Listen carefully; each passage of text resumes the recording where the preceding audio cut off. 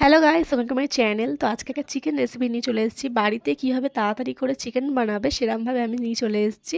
তো প্রথমে কড়ায় তেল দিতে হবে, দেওয়ার পর আলুগুলো ভেজে নিচ্ছি আমি। আর আমার তেলটা সত্যি গরম হয়নি, কারণ পিকনিক করছিলাম আর সেদিনকে স্টোভে রান্না হচ্ছিলো। আর তারপরে চারিদিক দিয়ে হাওয়া হচ্ছিলো বলে মানে গ্যাসটা ঠিকঠাক করে জ্বলছিল না আমার স্টোভটা।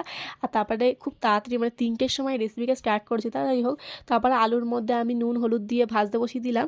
আর এপারে আমি মা দিকে চিকেনটা 2 কিলোর ওপরে চিকেন, ওটা জাস্ট টক দই দিয়ে ম্যারিনেট করে রেখে দিয়েছি। তারপর আলুটা ভাজা হয়ে গেল, তারপর আলুটা আমি তুলে নিলাম। তারপর একটা তেলের মধ্যে পেঁয়াজটা ভেজে নিলাম। পেঁয়াজের মধ্যে হালকা একটুখানি চিনি দিয়েছে যাতে কালারটা ভালো আসে। আর চিনি তাহলে পরে আর দিতে হবে না, একেবারে এই সময়টা চিনি দিলেই হয়ে যাবে।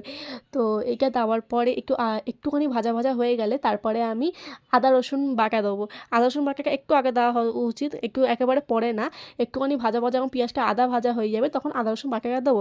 দেওয়ার পর ভালো করে নেড়ে চেড়ে নিয়ে ওটাকেও একটুখানি টাইম দিতে হবে, 5 মিনিটের একটু কম বা 5 মিনিট মতো একটুখানি ভাজা ভাজা হয়ে গেলে, মোটামুটি ভাজা হয়ে গেলে তারপর টমেটো দিয়ে দেবে। তো টমেটোটা তোমরা আগেও দিতে পারো, মানে পেঁয়াজের আগেও তেলে টমেটোটা দিতে পারো বা পরে দিতে পারো। আমি টমেটোটা অনেক সময় আগে দিই, অনেক সময় পরে দিই, অনেক সময় পেঁয়াজ দেওয়ার পরে দিই। তারপরে নুন হলুদ লঙ্কার গুঁড়ো জিরের গুঁড়ো ধনে গুঁড়ো এগুলোকে দিয়ে এগুলো তো যেমন যেন মশলা যেমন দেয়, আরও সব মশলা দেওয়া যেগুলো আমি দিইনি, এখনও হাতে কাছে ছিল না। তারপর লঙ্কার গুঁড়ো, লঙ্কার গুঁড়ো তো বললাম।